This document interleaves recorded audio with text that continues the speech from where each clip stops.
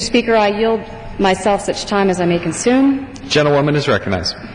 Mr. Speaker, as Chairman of the House Subcommittee on Commerce, Manufacturing, and Trade, I rise today in strong support of H.R. 6131, a bill to reauthorize the U.S. Safe Web Act of 2006.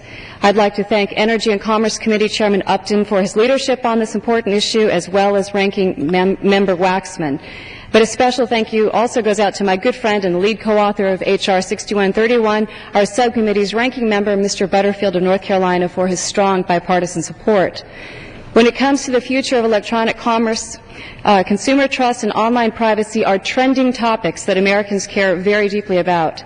Today, the Internet serves billions of users worldwide, with e-commerce in the U.S. topping $200 billion last year for the first time and up a remarkable 15% so far this year.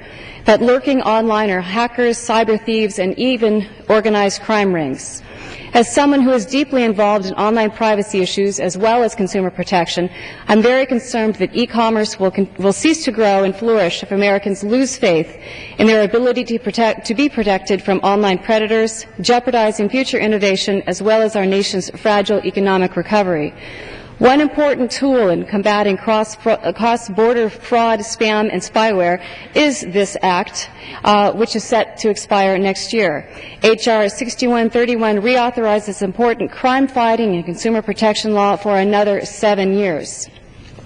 By any measure, the U.S. Safe Web Act has been extremely effective, allowing the Federal Trade Commission to better protect U.S. consumers from fraud, deception, spam, and spyware in cross-border cases involving threats originating both domestically and abroad.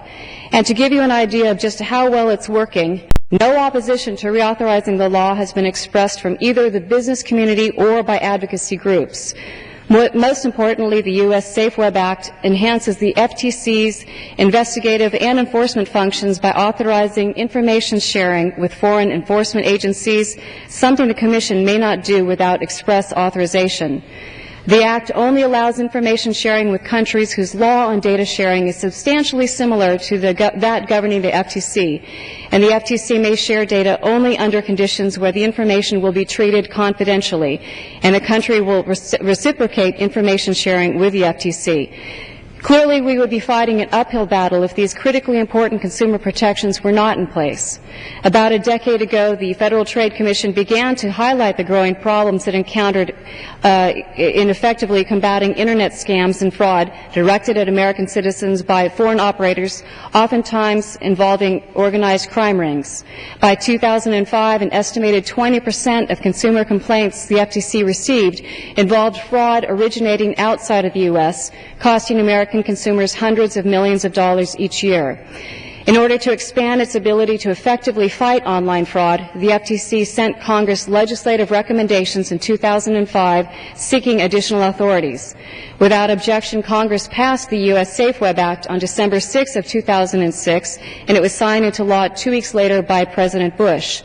For American consumers, the U.S. Safe Web Act has been a clear success to date, and it should be reauthorized before its expiration next year. Mr. Speaker, I strongly urge the passage of H.R. 6131, and I reserve the balance of my time. Gentlewoman reserves the balance of her time.